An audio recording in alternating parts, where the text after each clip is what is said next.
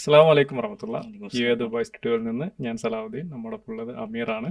ഇന്ന് ബിഗ് ബോസുമായി ബന്ധപ്പെട്ട് ഒരു വീഡിയോ ആണ് നമ്മൾ ചർച്ചയ്ക്ക് എടുക്കുന്നത്. അതായത് ഇവർ ഈ ഹോമോസെക്ഷാലിറ്റി നോർമലൈസ് ചെയ്യാനുള്ള ഒരു ശ്രമം ആ ഷോയിലൂടെ നടത്തുന്നു എന്നുള്ള വ്യാപകമായ പരാതി സോഷ്യൽ മീഡിയയൊക്കെ പ്രത്യേകിച്ച് ഉണ്ടായിട്ടുണ്ട്. ആ ഒരു ഘട്ടത്തിൽ ഒരു ചെറിയൊരു ബൈറ്റ് എടുത്തിട്ട് അതിന് റിയാക്ട് ചെയ്യാമെന്നാണ് വിചാരിക്കുന്നത്. നേരെ നമുക്ക് ആ ബൈറ്റിലോട്ട് പോകാം. ഇവിടെ സങ്കല്പേണ്ട കാര്യമൊന്നുമില്ല. ലാലേട്ട് അന്ന് നമ്മൾ ഇവിടെ നിന്ന് സംസാരിച്ചപ്പോൾ ഞങ്ങളുടെ റിലേഷൻഷിപ്പ് നോർമലൈസ് ചെയ്യുന്നത് അവർക്ക് ഓക്കെ അല്ലാന്ന് തോന്നുന്നുണ്ട്. അവരുടെ മകൻ അടക്കം ആ ഒരു കാറ്റഗറിയിലുള്ള ആൾക്കാർ ഇൻഫ്ലുവൻസ് ആവുന്ന ഒരു സ്റ്റേറ്റ്മെന്റ് പറഞ്ഞിട്ടുണ്ടായിരുന്നു. ഇപ്പൊ ഞങ്ങള് ചെറുപ്പം തൊട്ടേ ലെസ്ബിയൻ അല്ലെങ്കിൽ ഗേ കണ്ട് വളർന്ന ആൾക്കാരല്ല. ഞങ്ങൾക്ക് ആ ഒരു സ്വത്തം മനസ്സിലായത് ഞങ്ങൾ രണ്ടുപേരും കണ്ടുപിട്ടിയപ്പോഴാണ്. ഇതാരും ഇൻഫ്ലുവൻസ്ഡ് ആവില്ല എന്ന് എനിക്ക് ഈ ഒരു ഇതിൽ പറയണം തോന്നിയിട്ടുണ്ട്. കാരണം ഇവര് പറഞ്ഞത് ഇൻഫ്ലുവൻസ്ഡ് ആവുന്നതാണ്. നമ്മുടെ സെക്ഷുവാലിറ്റി ഒക്കെ നമ്മൾ ജനിക്കുമ്പോൾ തൊട്ട് ഉണ്ടാവുന്ന ഒരു സംഗതിയാണ്. അതൊരു പർട്ടിക്കുലർ ടൈമിൽ എത്തുമ്പോൾ നമ്മൾ റിയലൈസ് ചെയ്യുന്ന ഒരു സാധനമാണ്. അല്ലാതെ ഇവർ പൊട്ടത്തരം പറയുന്ന പോലെ ആരെയും നമുക്ക് ഇൻഫ്ലുവൻസ് ചെയ്യാൻ പറ്റില്ല. അങ്ങനെയാണെങ്കിൽ ഇവിടെ ഇരിക്കുന്ന ഈ ഹെട്രോസെക്ഷൽസിനെ എല്ലാവരും എനിക്കിന് പുറകെ ഇൻഫ്ലുവൻസ് ചെയ്തൊരു ഹോമോസെക്ഷൽസ് ആകാം. That's not possible. അപ്പൊ ആ ഒരു തെറ്റിദ്ധാരണ ലക്ഷ്മി മസ്താനി മനസ്സിലാക്കുമെന്ന് പ്രതീക്ഷിക്കുന്നു. ഇതിൽ ഇവർ മുന്നോട്ട് വയ്ക്കുന്ന ഈ ലെസ്ബിയൻ കപ്പിൾസ് എന്ന് പറഞ്ഞിട്ട് പറയുന്ന ആളുകൾ മുമ്പോട്ട് വയ്ക്കുന്ന ആർഗ്യുമെന്റ് എന്താ വെച്ചാൽ ഇതാരെയും ഇൻഫ്ലുവൻസ് ചെയ്യാൻ പറ്റില്ല എന്നാണ്. അതിലൊരു ലക്ഷ്മി എന്ന് പറയുന്ന ഒരു കണ്ടസ്റ്റന്റ് അദ്ദേഹം പറഞ്ഞു, ഇത് പിന്നെ ഫാമിലി പ്രേക്ഷകർ കാണുന്നതാണ്, എൻ്റെ കുട്ടി കാണുന്നതാണ്, ഇത് അവരെ ഇൻഫ്ലുവൻസ് ചെയ്യും, അതുകൊണ്ട് എനിക്കിത് അംഗീകരിക്കാൻ പറ്റുന്നില്ല എന്നുള്ളൊരു ഉറച്ച നിലപാട്, ധീരമായൊരു നിലപാടെടുത്തിരുന്നു. അപ്പോൾ ഇവർ പറയുന്നത് അത് ഇൻഫ്ലുവൻസ് ചെയ്യില്ല എന്നുള്ളതാണ്. എന്താണ് ഇതിൻ്റെ വസ്തുത? ഇത് ഇൻഫ്ലുവൻസ് ചെയ്യില്ലേ? സമൂഹത്തെ ആ നിലക്ക് സ്വാധീനിക്കില്ലേ? നമ്മളിത് പറയുമ്പോൾ തന്നെ നമുക്കറിയാം, നമ്മൾ ജെൻഡർ പൊളിറ്റിക്സ് എന്നാണ് പറയാറ്. ഇതിൻ്റെ പിന്നിലൊരു രാഷ്ട്രീയം ഉണ്ട് എന്നുള്ളത്. അത് ഇൻഫ്ലുവൻസ് ചെയ്യുമോ ഇല്ലേ എന്നുള്ളത്. ഇപ്പോൾ ഈ ജെൻഡർ, നമ്മൾ ഇന്ന് പറയുന്ന ജെൻഡർ ഡിസ്ഫോറിയ, മുമ്പ് ജെൻഡർ ഐഡൻറ്റിറ്റി ഡിസോർഡർ. ഈ ജെൻഡർ ഐഡൻറ്റിറ്റി ഡിസോർഡറിൻ്റെ കേസുകൾ നോക്കുമ്പോൾ ഇപ്പോൾ 1990 തൊട്ടുള്ള UK സ്റ്റാറ്റിസ്റ്റിക്സ് ആണ്. അത് നോക്കുമ്പോൾ എറൗണ്ട് ഒരു ബിലോ 10 ഒക്കെയാണ് ഇയർലി റിപ്പോർട്ടഡ് കേസുകൾ. അതിൻ്റെ ഒരു സ്റ്റാറ്റിസ്റ്റിക്സ് ഉണ്ട്. അതിൻ്റെ ഗ്രാഫ് കാണുമ്പോൾ തന്നെ രസമാണ്. ആ ഗ്രാഫ് ഇങ്ങനെ സീറോയിൽ തന്നെ വന്നിട്ട് ഒരൊറ്റ പൊങ്ങല. അപ്പോൾ എപ്പോഴാണ് പൊങ്ങണറിയോ? 2009-10 ഇത് മുകളിലേക്ക് പോകുന്നത് വെച്ചാൽ എറൗണ്ട് ഇയർലി 2000 കേസുകളാണ് റിപ്പോർട്ട് ചെയ്യണത്. അതായത് 2010 ശേഷം ഇയർലി റിപ്പോർട്ടഡ് കേസ് 1000, 1500, 2000 വരെ എത്തുകയാണ്. അപ്പോൾ അത്രയും കാലം വെറും ഒരു 10-20 കേസുകൾ മാത്രം റിപ്പോർട്ട് ചെയ്തിരുന്നത് എങ്ങനെയാണ് 2010 ശേഷം 1000, 2000, 200 ഇരട്ടി കേസുകളൊക്കെ എങ്ങനെ വരുന്നു? അതുകൊണ്ട് ലോകത്ത് ഇതൊരു പകർച്ചവ്യാധി പോലെ ഈ പിന്നെ ജെൻഡർ ഡിസ്ഫോറിയ എല്ലാവർക്കും പകരുകയാണോ? അപ്പോൾ ഇതിൽ പഠനം നടത്തിയ ഇപ്പോൾ 2016 തോന്നുന്നു ലിസ ലിറ്റ്മാൻ്റെ പഠനം പുറത്ത് അവരൊരുപാട് ക്രിറ്റിസിസം അതിന് വേണ്ടിയിട്ട് പിന്നെ ഫേസ് ചെയ്തിട്ടുണ്ട്. അപ്പോൾ പിന്നെ അതിൽ ഒന്നാമത്തെ ഒരു പോയിന്റ് എന്താണെന്ന് വെച്ചാൽ ഞാൻ മനസ്സിലാക്കണേ, 2010 ഇൻസ്റ്റാഗ്രാം റിലീസായത്. ഇൻസ്റ്റാഗ്രാം എസ്പെഷ്യലി ടീനേജ് പെൺകുട്ടികൾ എത്രത്തോളം ഇൻഫ്ലുവൻസ് ചെയ്യുന്നുണ്ട് എന്നുള്ളതിന് ഒരുപാട് പഠനങ്ങളുണ്ട്. ഈവൺ ഇൻസൈഡ് ഫ്രം മെറ്റൻ്റെ തന്നെ ഇന്റേണൽ ഫയൽസിലുള്ള ഒരുപാട് പഠനങ്ങളുണ്ട്. ഇപ്പോൾ വാൾസ്ട്രീറ്റ് ജേണലൊക്കെ പുറത്തു കൊണ്ടുവന്ന കുറേ പിന്നെ ഞെട്ടിക്കുന്ന വിവരങ്ങളുണ്ട്. അപ്പോൾ അത് ടീനേജ് പെൺകുട്ടികളുടെ മെന്റൽ ഹെൽത്തിനെ ബാധിക്കുന്നുണ്ട്. അപ്പോൾ ഈ 2010 ശേഷം ഇത് ഭയങ്കര കൂടുകയാണ്. അപ്പോൾ ലിസ ലിറ്റ്മ പറയുന്നത് എന്താണെന്ന് വെച്ചാൽ, നമ്മൾ ജെനുവിൻ കേസുകൾ ഇപ്പം എന്തുകൊണ്ടാണ് 1990 തൊട്ട് ഇങ്ങനെ ഒരു കുറച്ച് കേസുകൾ നിലനിൽക്കുന്നതെന്ന് ചോദിച്ചാൽ, സ്വാഭാവികമായിട്ട് നമുക്കറിയാം ക്രോമോസോമൽ ഇഷ്യൂസ് ഉണ്ടാവും, ഗൊണാഡൽ ആയിട്ടുള്ള ഇഷ്യൂസ് ഉണ്ടാവും. ഇപ്പോൾ നമ്മൾ ഹൈപ്പോ ഗൊണാഡൽ, ഹൈപ്പർ ഗൊണാഡൽ ആയിട്ടുള്ള ഇഷ്യൂസ് ഉണ്ടാവും. ഈ ഹോർമോൺസിൻ്റെ വേരിയേഷൻസ് ഓവറായിട്ട് ചിലപ്പോൾ പിന്നെ ഫീമെയിൽ ഹോർമോൺ മെയിൽ ഗൊണാഡിലേക്ക് പോകുന്നതും അപ്പോൾ ഫീമെയിൽ ക്യാരക്ടറിസ്റ്റിക്സ് കാണിക്കുന്നതും അത് ഫീമെയിലായിട്ട് ഫീൽ ചെയ്യുന്നതും ഇങ്ങനെയൊക്കെയുള്ള ഒരു ക്രോസ് ജെൻഡർ ഇഷ്യൂസ് വരാം. മെഡിക്കലി വാലിഡ് ആയിട്ടുള്ള അപ്പോൾ ക്രോമോസോമൽ ഹോർമോൺ. അപ്പോൾ അതൊക്കെ അന്ന് ചെയ്യണമെന്ന് വെച്ചാൽ അന്നൊക്കെ DSM-ൽ നമ്മൾ പറയുന്നതും ജെൻഡർ ഐഡന്റിറ്റി ഡിസോർഡർ എന്നാണ്. പക്ഷെ 2013 തോന്നുന്നത് ഇതിനെ അത് പേര് മാറ്റി ജെൻഡർ ഡിസ്ഫോറിയ എന്നാക്കി. അപ്പം അത്രയും കാലം ഒരാള് ഒരു ജെൻഡർ കൺഫ്യൂഷൻ ഉണ്ടായിട്ട് വന്നാൽ അയാളോട് പറയാറ് അത് കുഴപ്പമില്ല, നമുക്ക് എന്ത് ചെയ്യാം, പിന്നെ ഇതൊരു തോന്നലാണ്, അതിന് നമുക്ക് തെറാപ്പി ചെയ്ത് മാറ്റാം എന്നുള്ളതാണ്. അതിനുശേഷം പിന്നെ ഇവരോട് പറയുന്നത്, പിന്നെയുള്ള ക്ലിനിക്കുകളെല്ലാം ഇത് ട്രീറ്റ്മെന്റ് അല്ല കൊടുക്കുന്നത്, ഒരു ടൈപ്പ് ഓഫ് കസ്റ്റമർ സർവീസ് ആണ് കൊടുക്കുന്നത്. Yes, you are welcome. നമ്മൾ എന്ത് ചെയ്യും, നിങ്ങളെ ഇപ്പം നിങ്ങൾക്ക് പെണ്ണായിട്ട് തോന്നുന്നുണ്ടെങ്കിൽ നിങ്ങളെ നമ്മൾ പെണ്ണാക്കി മാറ്റിത്തരാം എന്ന സർവീസാണ് പിന്നെ അവർ കൊടുക്കുന്നത്. അപ്പം ഇതിൽ നടത്തിയ സ്റ്റഡീസിൽ ഒക്കെ പറയുന്നത് എന്താണെന്ന് വെച്ചാൽ, ഇപ്പോൾ ഏർലി ഓൺസെറ്റ് ആയിട്ടുള്ള ജെൻഡർ ഡിസോർഡറുകൾ ഉണ്ട്. അപ്പോൾ ഏർലി ഓൺസെറ്റ് എന്ന് വെച്ചാൽ ജനിക്കുമ്പോഴേ ഇതിൻ്റെ ചില അടയാളങ്ങൾ കാണും. അത് പാരൻസിന് ശരിക്കും മനസ്സിലാവും. അപ്പോൾ ഈ കുട്ടി ക്രോസ് ജെൻഡർ ആയിട്ട് ഒരു ഓപ്പോസിറ്റ് ജെൻഡറിലുള്ള ചില ബിഹേവിയറിൽ കാണിക്കുന്നതും കാര്യങ്ങളൊക്കെ. അപ്പോൾ അത് പിന്നെ ഏർലി ഓൺസെറ്റ് ആയിട്ടുള്ള ജെൻഡർ ഡിസോർഡറാണ്. അതേസമയം ഇപ്പോൾ നമ്മൾ കണ്ടുവരുന്ന ഒരു ട്രെൻഡ് എന്ന് വെച്ചാൽ 2010 ശേഷം വളരെ റാപ്പിഡായിട്ട് ഒരുപാട് കാണുന്ന സാധനം, അതിനെ ROGD എന്നാണ് ഇവർ വിളിക്കുന്നത്, റാപ്പിഡ് ഓൺസെറ്റ് ജെൻഡർ ഡിസോർഡർ. അപ്പോൾ അത് വരാനുള്ള കാരണം ഏറ്റവും കൂടുതൽ പറഞ്ഞ അറൗണ്ട് 86%, ലിസ ലിറ്റ്മാൻ്റെ പഠനത്തിൽ പറഞ്ഞ 86%ഓളം ഒന്ന് പിയർ പ്രഷറും സോഷ്യൽ മീഡിയ ഇൻഫ്ലുവൻസുമാണ്. അപ്പോൾ ഈ സോഷ്യൽ മീഡിയ എത്രത്തോളം ഇതിലേക്ക് ഇൻഫ്ലുവൻസ് ചെയ്യേണ്ടെന്നുള്ളതിൻ്റെ ഒരു തെളിവാണ് ആ ഒരു പഠനത്തിൽ പറയുന്നത്. മാത്രമല്ല ആവറേജ് ഏജ് ഇപ്പോൾ ഒരു ജെൻഡർ കൺഫ്യൂഷൻ ഉണ്ടാകുന്ന ലെസ്ബിയനോ ഗേയോ അതല്ലെങ്കിൽ ട്രാൻസ്ജെൻഡർ ആയിട്ടുള്ള ഫീലിംഗ് ഇതൊക്കെ വരുന്നത് എൻ്റെ ആവറേജ് ഏജ് എന്ന് പറയുന്നത് 15.2 ആണ്. 15 വയസ്സും 2 മാസവും. അതിൽ തന്നെ ഏറ്റവും കൂടുതൽ പെൺകുട്ടികളാണ്. അപ്പോൾ ഇത് വരാനുള്ള കാരണം എന്താണെന്ന് വെച്ചാൽ പിയർ പ്രഷറാണ്. ഒരു ഫ്രണ്ട് സർക്കിളിൽ തന്നെ ഒരാൾ മാറിയിട്ടുണ്ടെങ്കിൽ അത് ബാക്കിയുള്ളവരും കൂടി പ്രഷർ ചെയ്യുന്നുണ്ട്, അപ്പോൾ അവരെ ഇൻഫ്ലുവൻസ് ചെയ്യുന്നുണ്ട്. മാത്രമല്ല സോഷ്യൽ മീഡിയയിൽ നടക്കുന്ന ഇത്തരം ക്യാമ്പയിനുകളെല്ലാം ഇപ്പോൾ കേരളത്തിലടക്കം വരുന്ന ഇങ്ങനത്തെ കുറേ ഇഷ്യൂസ് ഉണ്ടല്ലോ, ഇതൊക്കെ ഒരുപാട് പേരെ ഇൻഫ്ലുവൻസ് ചെയ്യുന്നുണ്ട്. അപ്പോൾ ഇപ്പം തന്നെ ഒരു ചെറിയ കുട്ടിൻ്റെ വീഡിയോ ഒക്കെ നമ്മൾ കണ്ടിട്ടുണ്ടാവും. ഒരു കുട്ടീനെ പാരന്റ് തന്നെയാണ് ചോദിക്കുന്നതെന്ന് തോന്നുന്നു. സോ ഇതൊക്കെ ആ കുട്ടിന്റെ ബ്രെയിൻ ഡെവലപ്മെന്റിൽ അവരെ ഇൻഫ്ലുവൻസ് ചെയ്യുന്ന ഫാക്ടേഴ്സ് ആണ്. ചെറിയൊരു ആൺകുട്ടി ചോദിക്കാണ് പിന്നെ അമ്മയോട് ആൺകുട്ടിയും ആൺകുട്ടിയും കല്യാണം കഴിക്കോ എന്ന്.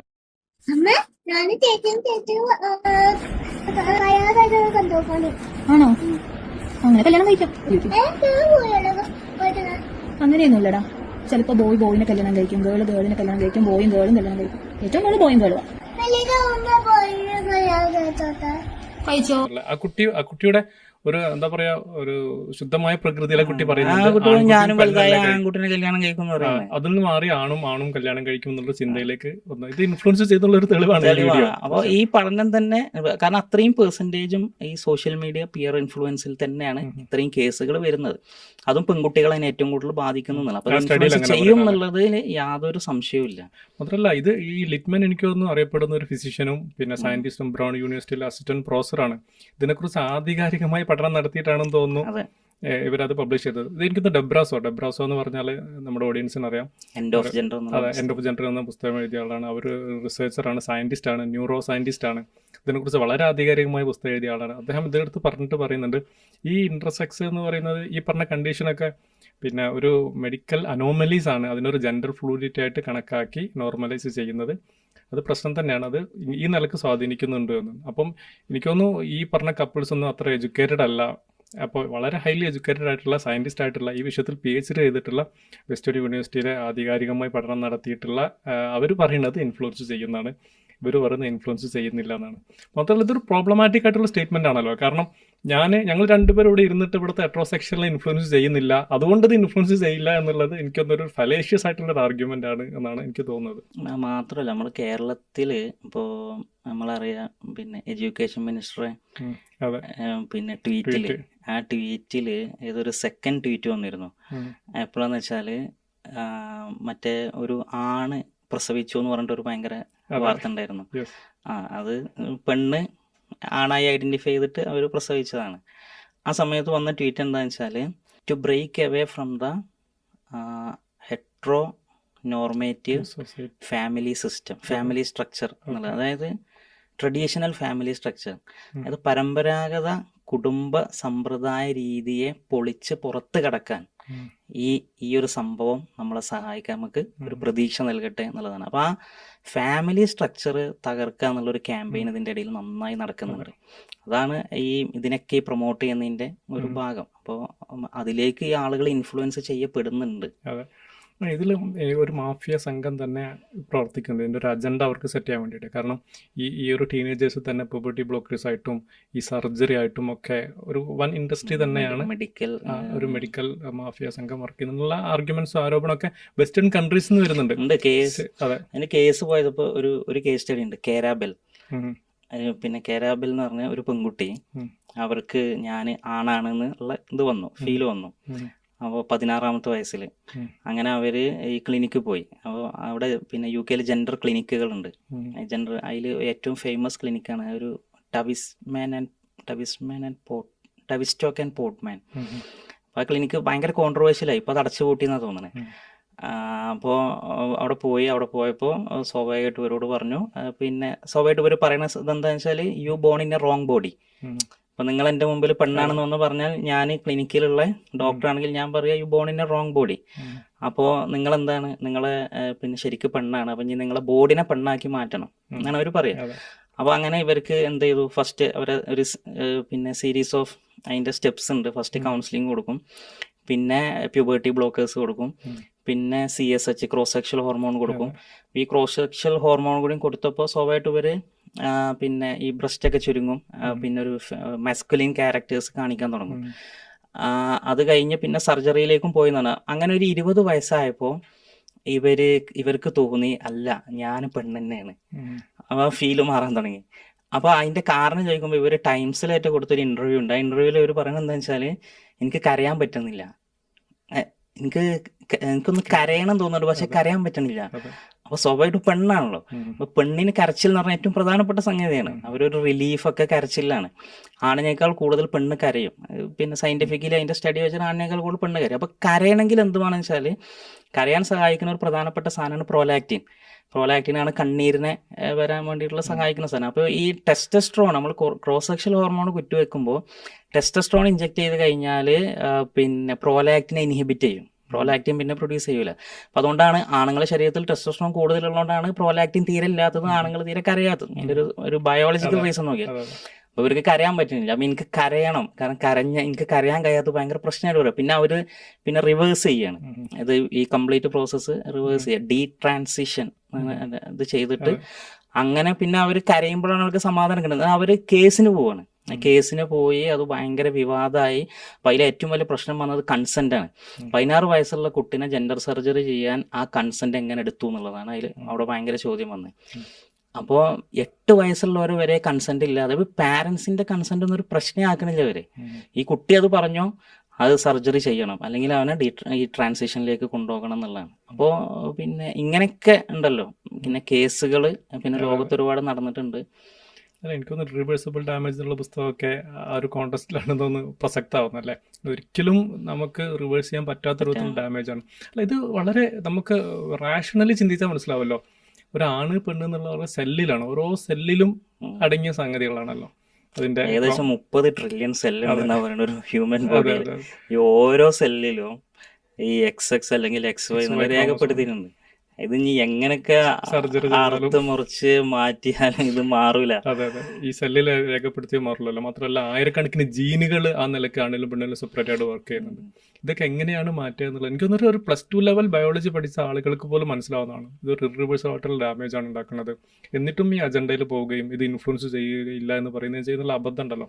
അത് ഈ മോഹൻലാലിനെ പോലുള്ള മഹാനടന്മാർ എന്ന് പറയുന്ന ആളുകൾ പ്രൊമോട്ട് ചെയ്യുക എന്നുള്ളത് അത് ശരിക്കും ദുരന്തം തന്നെയാണ്. അവരൊക്കെ പ്രതികരിക്കുന്ന ഒരു സ്ക്രിപ്റ്റിന്റെ ഭാഗമായിട്ടാവും.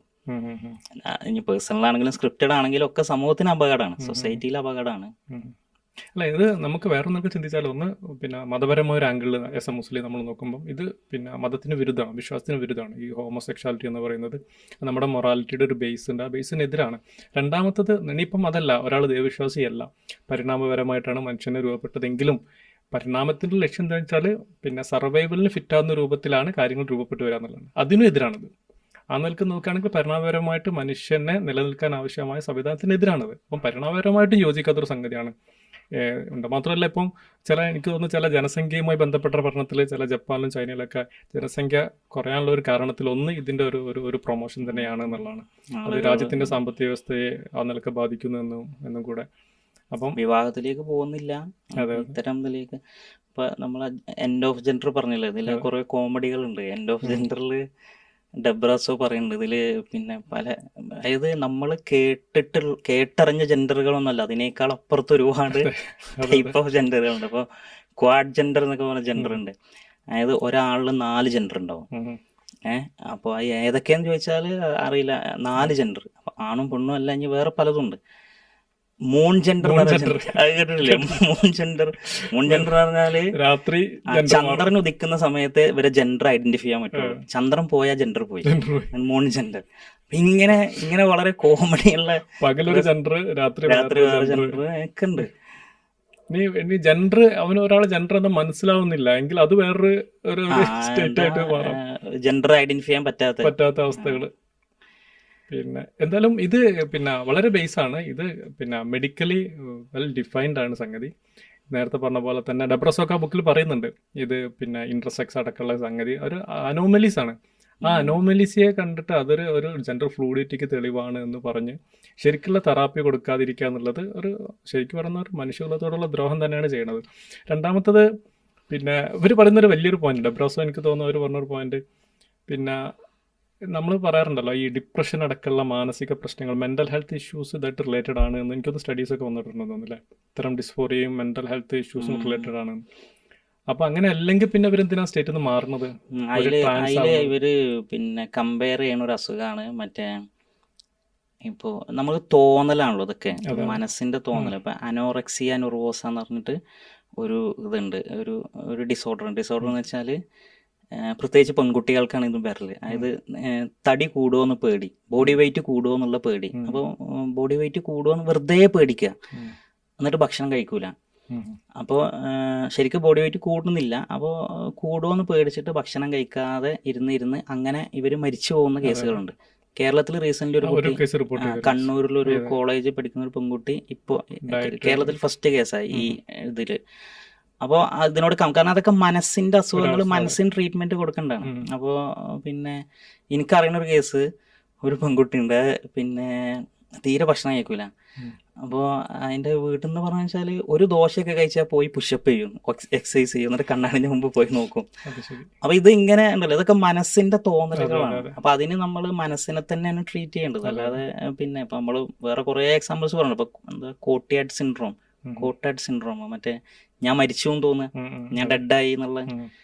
അപ്പൊ ഇതൊക്കെ മനസ്സിന്റെ തോന്നലുകൾക്കുള്ള.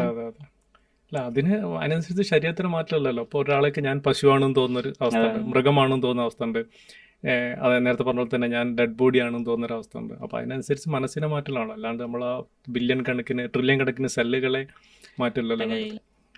എന്തായാലും ഈ വീഡിയോയിൽ പറഞ്ഞ ഈ ലെസ്ബിയൻ കപ്പിൾസ് പറഞ്ഞ പോലെ ഇത് ആരെയും ഇൻഫ്ലുവൻസ് ചെയ്യുന്നില്ല എന്നല്ല, നമുക്ക് ആധികാരികമായ പഠനങ്ങൾ തെളിയിക്കുന്നത് ഇത് ബാഡ്ലി ഇൻഫ്ലുവൻസ് ചെയ്യും, പ്രത്യേകിച്ച് ടീനേജേഴ്സിനെ. മാത്രമല്ല വെസ്റ്റേൺ സൊസൈറ്റി തിരിച്ചു വരാൻ നടക്കുകയാണ്. ഞങ്ങളുടെ കുടുംബത്തെ രക്ഷിക്കൂ എന്ന് പറഞ്ഞിട്ടുള്ള ഒരു ക്യാമ്പയിൻ, കാരണം അവർ ഒരു 10-20-30 കൊല്ലമായിട്ട് അനുഭവിക്കുന്ന ഒരു സംഗതിയാണ്. ഒരു ജനറേഷൻ എന്ന നിലക്ക് നശിച്ചു തുടങ്ങിയപ്പം ഞങ്ങളുടെ കുടുംബത്തെ രക്ഷിക്കൂ എന്ന് പറഞ്ഞ ക്യാമ്പയിൻ അവർ സ്റ്റാർട്ട് ചെയ്തിട്ടുണ്ട്. അവിടെ ഇപ്പൊ എല്ലാ വർഷവും മാർച്ച് 12 ഡി ട്രാൻസ് ഡേ ആണ്. അതെ, ഡി ട്രാൻസ് ഡേ അതിപ്പോ വലിയ മൂവ്മെന്റ് ആയിട്ട് വരുന്നുണ്ട്. അതാണ് നമ്മുടെ നാട്ടിലേക്ക് കൊണ്ടുവരാൻ ശ്രമിക്കുന്നത്. വളരെ നേരത്തെ കണ്ടറിഞ്ഞ് ഇത്തരം വിപത്തിൽ നിന്ന് നമ്മുടെ നാടിനെ രക്ഷിക്കേണ്ടത് ഓരോരുത്തരുടെയും, ഓരോ പൗരന്റെയും, ഓരോ രാഷ്ട്രീയക്കാരന്റെയും, ഓരോ മത നേതാവിന്റെയും മതസംഘടനകളുടെയും ബാധ്യതയാണ് എന്നാണ് ഈ അവസരത്തിൽ പറയാനുള്ളത്. വളരെ നന്ദി അമീർ. അസ്സലാമു അലൈക്കും വറഹ്മത്തുള്ളാഹി.